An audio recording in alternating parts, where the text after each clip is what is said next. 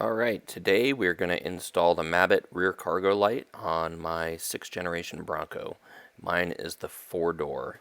Please note there is a different one for the 2-door and the 4-door. So here's the unboxing of it. Comes packed nicely with some foam and a nice box. You'll see that it's got some double-sided tape installed already on the back. However, that's not really enough to make enough contact with the plastic, so we're going to account for that. What we're going to do first is clean the surface with some rubbing alcohol. I just use these wipes. They're actually in a first aid kit, but they're good enough. So just clean the surface of the plastic and everything with the alcohol. And you're going to need to give that a little time to dry for all the alcohol to evaporate off. So you can see I'm giving it a good scrub. Set that there for a bit. We're going to let it dry.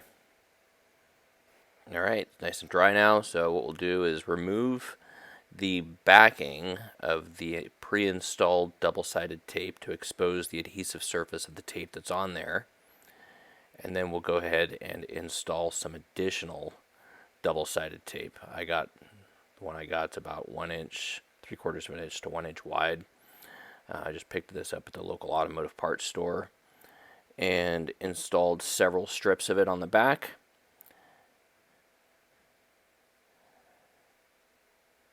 Again, the clean surface will help ensure that this sticks well and does not come loose.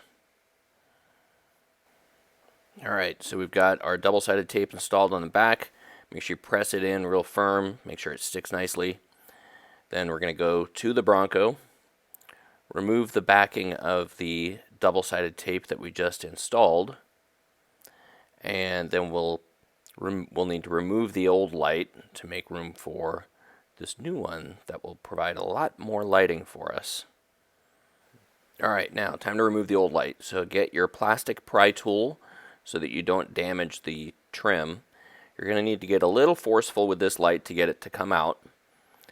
Once you do, there's a simple clip on the back where the plug goes in. Press that in and you can slide the plug out of the light and you can discard that, do whatever you want. Again, another rubbing alcohol swipe to clean the surface here to make sure that all that double tape that we installed sticks really cleanly. Now we've got the surface clean, we let it dry for a moment. Now we're going to go ahead and take the plug that was plugged into the factory light, plug it into the new one back here. Very simple. Plug that in. Make sure it's in nice and firmly. And then we're simply going to go ahead and line up the clips where the factory ones came out. And tuck the lighting up in there, or tuck the wiring up in there. Put the light up and press against it really firmly to make sure that double-sided tape adheres.